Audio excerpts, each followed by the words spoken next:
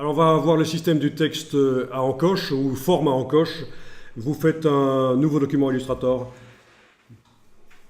Vous démarrez du canevas A4 horizontal par exemple. En RVB, c'est pas plus mal.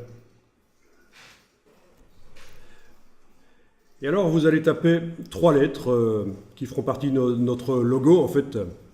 Mais on va les taper séparément en fait. On va faire en sorte que ce soit 3 lettres qu'on peut bouger les unes par rapport aux autres.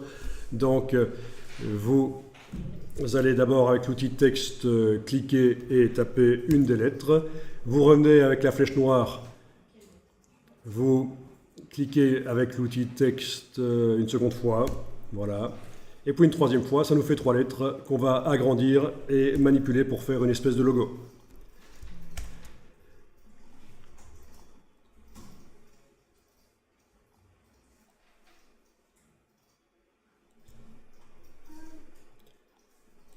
Donc elles sont sur 3 lignes de base séparées et on va donc pouvoir facilement les positionner les unes par rapport aux autres. Alors voilà, il va falloir positionner ces lettres les unes par rapport aux autres de manière à créer un truc, un espèce de logo, de signalétique, un truc sympa.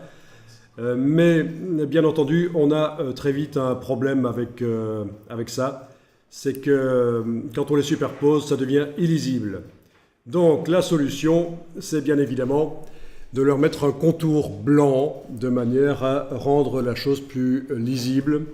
C'est ce que je vais faire ici en sélectionnant le tout. Je vais aller dans indiquer que je travaille sur le contour déjà. Donc j'ai sélectionné toutes mes formes et je travaille sur le contour et je l'ai mis en avant-plan dans la palette des outils. Je vais aller maintenant chercher le blanc dans le nuancier. Et la palette contour, menu, fenêtre, contour. Je donne de l'épaisseur. Ah oui, bien sûr, pour les lettres, on a un problème. On aurait dû mettre le contour différemment. Donc, laissez tomber. On va le faire par la palette aspect. C'est vrai qu'avec les lettres qui ne sont pas vectorisées, ça nous pose problème. Donc, supprimer le contour, la couleur de fond et de contour sur ces objets. On va faire par la palette aspect. Donc il faut toujours tous les sélectionner.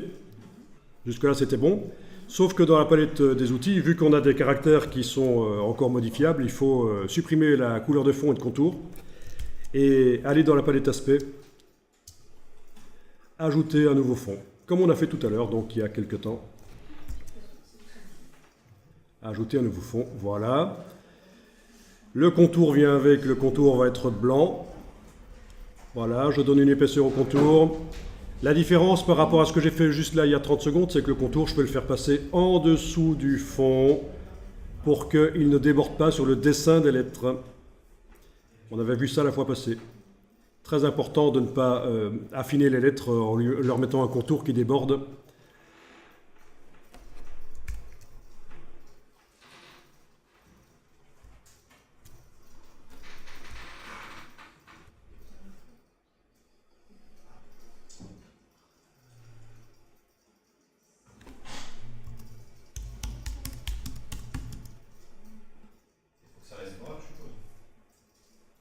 Alors dans un premier temps, on va le faire noir absolument, oui. Après, on pourra mettre de la couleur à un certain moment, mais dans un premier temps, ça va être du noir. Donc ce qui va être vu ici est vraiment une super astuce très très intéressante dans Illustrator. C'est vraiment une astuce qui pourra vous servir. Pour l'instant, ça ne ressemble pas à grand chose, mais vous allez voir que c'est le côté astuce technico-graphique qui est intéressante pour l'utiliser après sur plein de choses, même sur des images que vous vectorisez, des images noires et blancs, des pictogrammes, que vous vectorisez, des choses que vous allez chercher du domaine public sur le web, par exemple. Ça va permettre de faire plein de choses intéressantes. Donc, dans la palette des calques, vous allez pouvoir facilement gérer l'empilement des choses, bien sûr.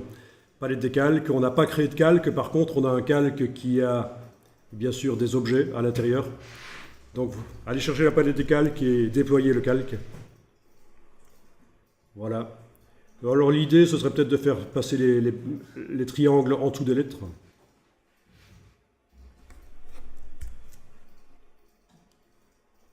Ok, bon, je veux dire que ça c'est bon pour moi. Ceci dit, bon, on peut encore manipuler les choses, les agrandir, les tourner, changer la police de caractère, faire plein de choses, quoi. Une fois que vous avez obtenu quelque chose qui vous plaît, vous enregistrez absolument. Vous enregistrez une première fois en mettant un certain nom, par exemple moi j'appelle ça exo-03, et vous enregistrez tout de suite après une seconde fois, exo-04 dans mon cas, parce que comme ça je suis certain que dans le 3, mon design reste inchangé, c'est certain, il est figé, là il est dans le fichier numéro 3, et je suis en train de travailler sur le fichier numéro 4. Alors parallèlement à Illustrator, vous allez lancer InDesign, donc démarrer InDesign. Voilà, vous avez lancé InDesign en même temps que Illustrator. Vous allez créer un document A4 vertical dans Illustrator, dans InDesign, je veux dire. Dans InDesign, document A4 vertical. Est-ce qu'on peut, dans la boîte ici, indiquer que c'est du RVB ou du CMJN? Non. Dans InDesign, ça se fait différemment que dans Illustrator, bien entendu. C'eût été trop simple. Oui, un document pour l'impression, ça va comme ça. A4. Alors, dans ce document, on va mettre une couleur de fond. Donc, vous allez faire un bloc que vous mettez sur la page. Si c'est pour l'impression offset, bien entendu, s'il doit déborder de la page, faire du fond perdu, ça vous connaissez. Voilà. Bon, pas besoin de couleur de contour, par contre on va lui mettre une couleur de fond. Donc, est-ce que ça doit être du CMJN? Est-ce que ça peut être du RVB dans InDesign? Oui, ça peut être du RVB. Puisque de toute façon c'est à l'exportation du PDF qu'on va tout convertir en CMJN. Donc vous êtes autorisé dans InDesign à utiliser, à créer des couleurs RVB, même si on a longtemps dit que c'était une hérésie, qu'il ne fallait pas le faire. Vous êtes autorisé à le faire. Elles seront converties en CMJN à l'export. C'est Adobe lui-même qui préconise de faire comme ça, et ça fait quand même 15 ans qu'il préconise ça. Travailler en RVB dans InDesign, même si le final est du CMJN. Mais enfin, vous pourriez faire une couleur CMJN, ce ne serait pas un gros problème ici. Bien. On va créer un nouveau calque, donc on va aller dans la palette des calques. On va verrouiller ce calque-là, comme ça le bloc, le fond coloré là, il reste tel quel, il n'y a pas de problème. On le verrouille et on crée un nouveau calque. Voilà, et on travaille sur le nouveau calque.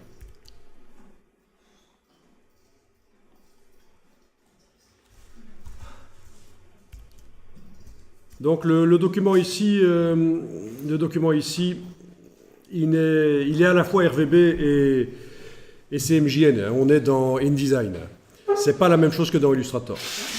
Vous avez malgré tout ici, dans le menu édition, un réglage espace de fusion des transparences. Ça, c'est la manière dont les calculs de transparence vont être faits. Est-ce qu'ils sont basés sur du RVB ou du CMJN? Ça n'a pas d'importance. Donc, le document, il est à la fois RVB et CMJN. Par contre, pour répondre à ta question, ce que j'ai fait, c'est que j'ai créé une couleur et j'ai choisi de la faire en RVB. Dans le nuancier, j'ai fait une nouvelle couleur RVB.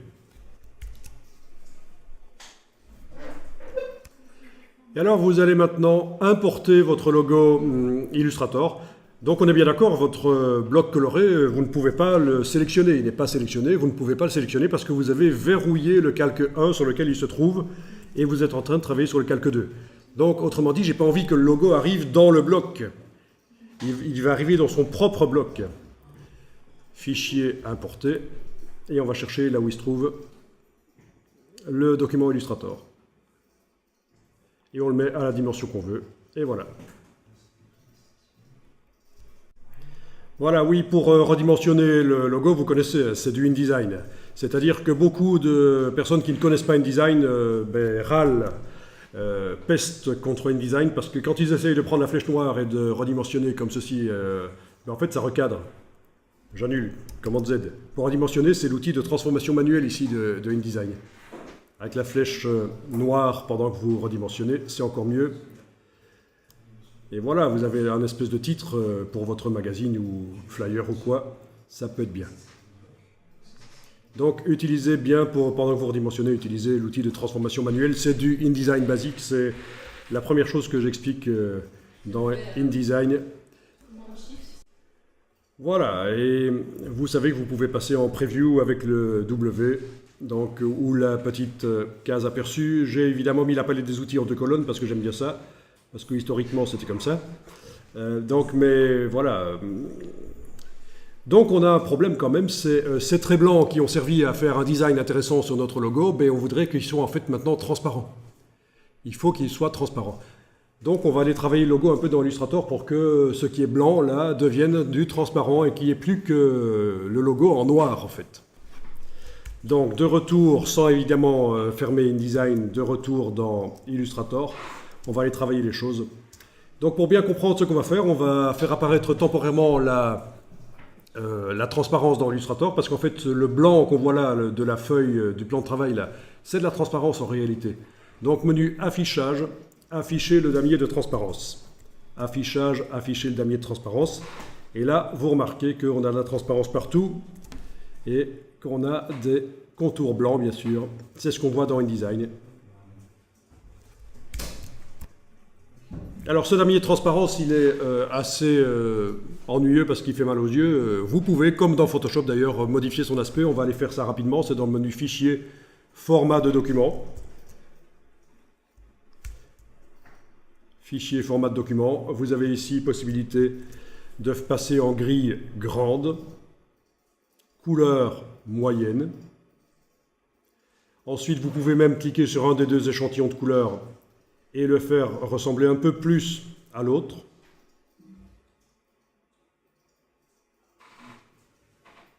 Donc vous avez un damier de transparence qui sera un peu plus agréable à travailler dans Illustrator. Voilà. C'est propre à chaque document, vous devrez le recommencer pour chaque document.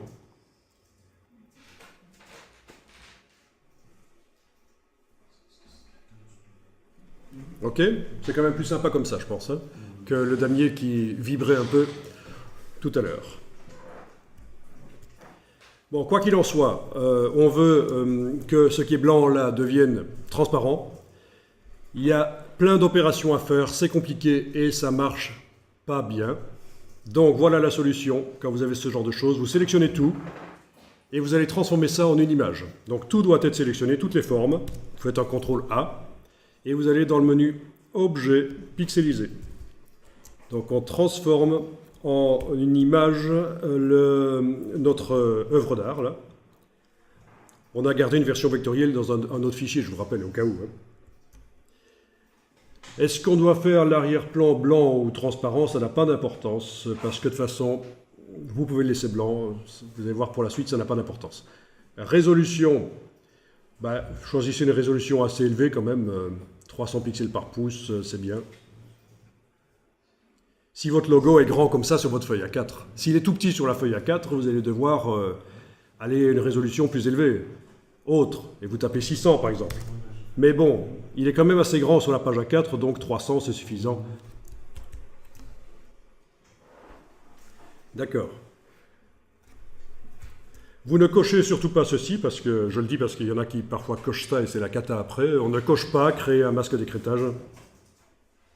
On clique sur OK, en fait, tout simplement. Et voilà, vous avez votre logo vectoriel qui est transformé en une image pixel. Si on zoome d'ailleurs, on va voir des pixels. Voilà, on voit des pixels. C'est une image pixel.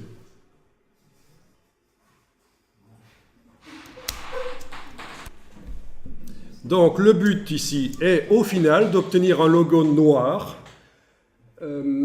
entouré de transparence et il sera vectoriel.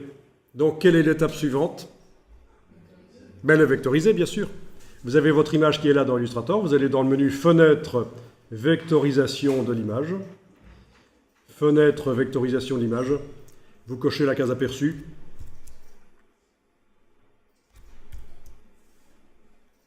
Bon, il y a un petit message qui dit que ça risque d'être un peu lent, parce que l'image est grosse.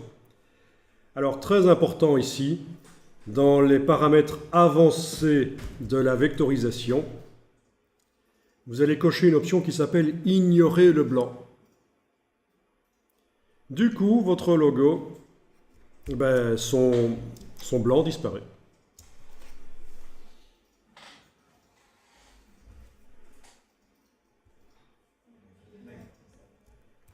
Ok, déjà là, vous pouvez faire fichier enregistré. Vous n'enregistrez pas sous un autre nom.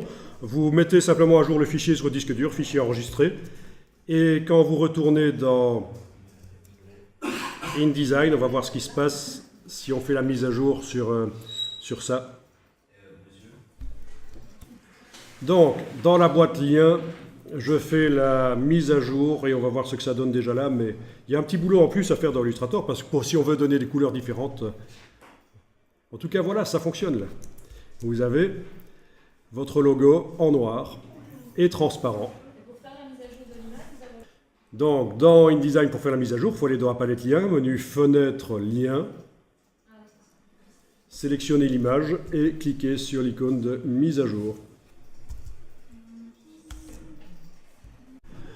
Alors voilà, donc document Illustrator dans InDesign, ça donne pas trop mal, mais bien sûr, on va pouvoir lui mettre des couleurs. On va tester ça. Vous retournez dans Illustrator. Ok, donc pour l'instant, vous avez affaire à une vectorisation dynamique. Si vous allez voir dans la palette des calques, votre objet là, qui est là, l'objet, c'est une vectorisation dynamique. Vous voyez ça dans la palette des calques, le mot vectorisation d'image là. C'est l'objet. Et dynamique, ça veut dire modifiable. Ça veut dire qu'on peut encore modifier les choses, notamment dans cette vectorisation. Je pourrais aller décocher l'option « Ignorer le blanc ». Du coup, si je l'enregistre et que je vais dans InDesign, bien sûr, je vais voir la mise à jour. Voilà, le fond blanc est là visible. D'accord? Donc c'est dynamique. Je recommence dans Illustrator. Donc de retour dans Illustrator, mon objet est sélectionné. L'objet c'est quoi? C'est une vectorisation dynamique. Attention, dans Illustrator, bien sûr, vous savez qu'on ne sélectionne pas les objets comme ça dans la palette des calques. Là, il n'est pas sélectionné. Pour le sélectionner, il faut le sélectionner par la double cible ici, ou en cliquant sur lui tout simplement. Donc ça, inutile de vous le rappeler, vous le savez certainement. Donc l'objet est sélectionné, je vais ici réenclencher, ignorer le blanc. Donc c'est vraiment une vectorisation que je peux modifier.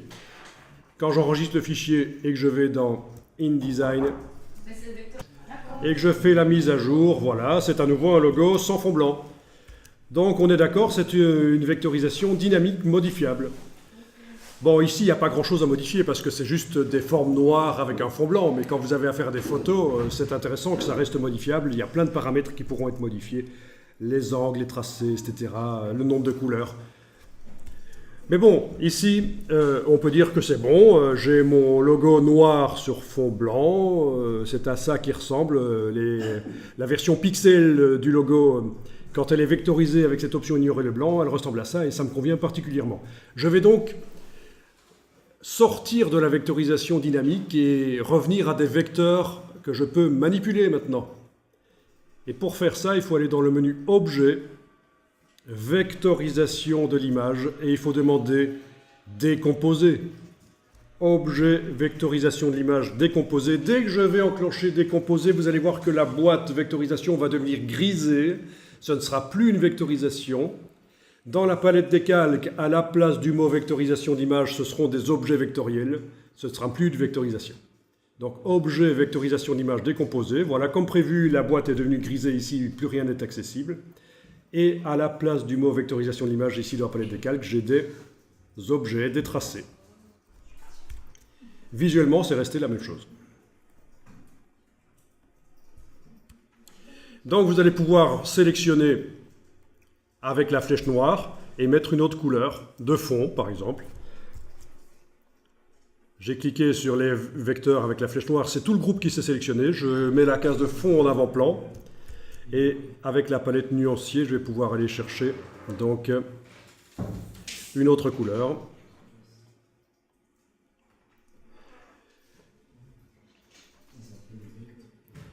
Possibilité est évidemment aussi de sélectionner certaines des formes pour leur mettre une couleur spécifique à elles seules.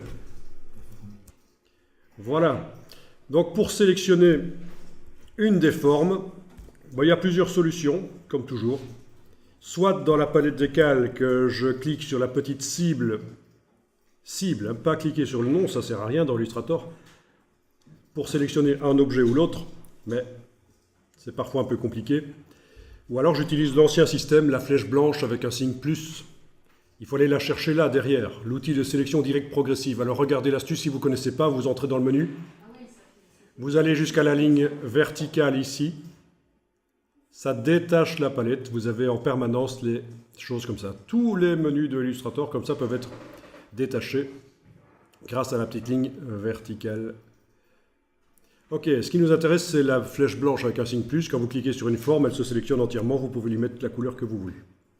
Même du blanc, ce n'est pas un problème si votre logo, votre illustration apparaît sur, bien sûr, un fond qui n'est pas blanc, oui. Voilà. Non, alors vos fonds initiaux là dans la palette aspect, ils n'existent plus. Hein. Dès qu'on a pixelisé l'image tout à l'heure, ils ont disparu. Hein. Là, on est avec une utilisation normale de Illustrator sans passer par la palette aspect. Regardez, si je vais dans la palette aspect, c'est vraiment un seul fond et contour. Donc vos trois fonds, vos fonds tout à l'heure, mais on n'a même pas utilisé la palette aspect tout à l'heure avec plusieurs fonds pour ceci en fait. Non, c'était pour l'exercice d'avant.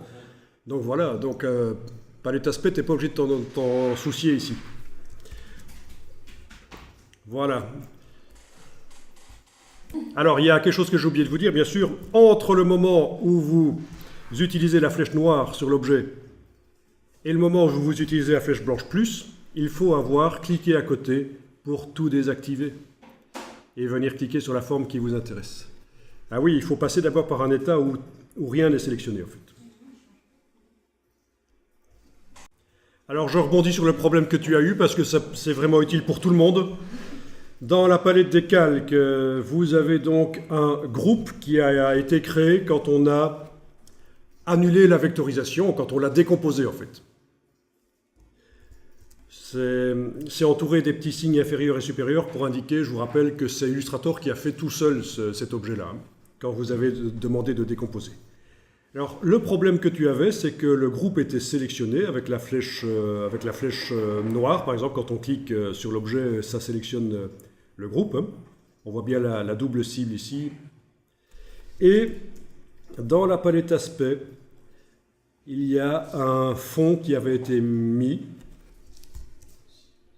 alors qu'en fait, on n'avait pas du tout dit qu'il fallait faire ça. Voilà, un fond comme ça, voilà. Et ce qui se passe, c'est que le groupe reçoit le fond et ça recouvre évidemment toutes les couleurs des objets qui sont dans le groupe. Ici, je vais demander dans le menu de la palette des calques, dans les options de panneau, je vais demander d'agrandir un peu les vignettes, comme ça vous allez mieux voir les objets. Vous n'êtes pas obligé de le faire, hein, c'est dans les options de panneau de la palette des calques. On peut faire des vignettes plus grandes.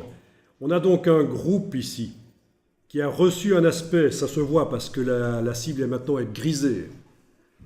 Cet aspect, c'est un fond vert. Ce fond vert recouvre toutes les couleurs des objets qui sont à l'intérieur du groupe.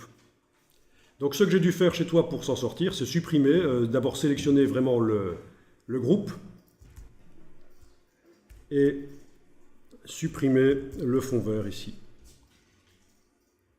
Et à ce moment-là, la couleur des objets à l'intérieur du groupe réapparaît. Donc je vous rappelle qu'Illustrator est vraiment un logiciel complexe. Je connais bien Illustrator et Photoshop, aussi bien l'un que l'autre, et je peux vous dire que par rapport à Photoshop, Illustrator est vraiment plus cheapo. Ce genre de piège, il faut vraiment maîtriser le logiciel. Et ça, c'est une très bonne nouvelle. C'est ce qui va faire la différence entre quelqu'un qui connaît bien Illustrator et quelqu'un qui chipote un peu, qui se met un peu à Illustrator comme ça. La différence entre le pro de Illustrator et celui qui bidouille Illustrator, elle est très vite marquée en fait, hein, vu que c'est un logiciel très complexe. Bonne nouvelle pour les professionnels du graphisme, parce que c'est toujours la concurrence des petits amateurs, du neveu du libraire, c'est toujours ennuyeux quand même. Ok, alors mon logo ici en couleur, je vais l'enregistrer sous un autre nom. Voilà, dans mon dossier de tout à l'heure, je vais l'enregistrer sous le numéro 5. Donc c'est plus Exo 4, c'est Exo 5. Regardez ce qui va se passer. Quand je vais dans InDesign, bien entendu, que j'essaye de faire la mise à jour de Exo 4, ben ça marche pas, parce que je viens d'enregistrer le fichier Illustrator sous un autre nom.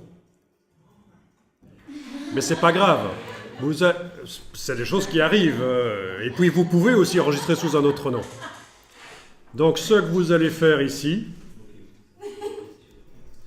dans ce cas-là, tout simplement, dans InDesign, on sélectionne le lien, dans mon cas, Exo 4. On va indiquer dans le menu de la palette lien, rééditer le lien, c'est-à-dire que je vais indiquer une autre image. Tous les blocs qui utiliseraient ce logo dans mon document InDesign vont utiliser maintenant autre chose. Ils ne vont plus utiliser le Exo 04 AI. Ça va utiliser, je vais le chercher là où il est, le 05. Ouvrir. Et voilà, c'est fait. Donc c'est pas un drame d'enregistrer sous un autre nom et qu'on puisse plus faire la mise à jour dans InDesign. Il suffit de rééditer le lien.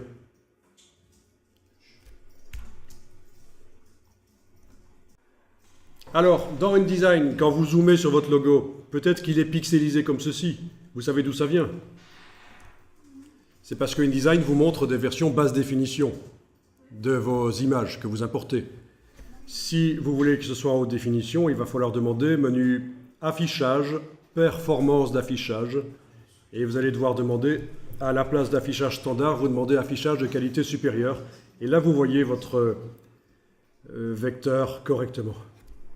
Donc c'est dans InDesign. Pour toutes les images qu'on amène, elles peuvent paraître mauvaises au niveau qualité, elles peuvent paraître pixelisées, c'est juste une manière de soulager un peu l'ordinateur de calcul inutile.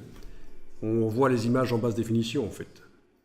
Et donc voilà, c'est là que ça se passe. Affichage de qualité supérieure.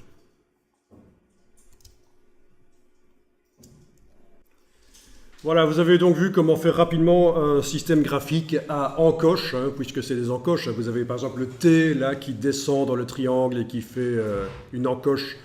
Visuellement, c'est assez intéressant. C'est assez intéressant et vous avez vu comment rapidement dans Illustrator obtenir ça avec des contours blancs qu'on transforme grâce à la vectorisation, on les rend transparents.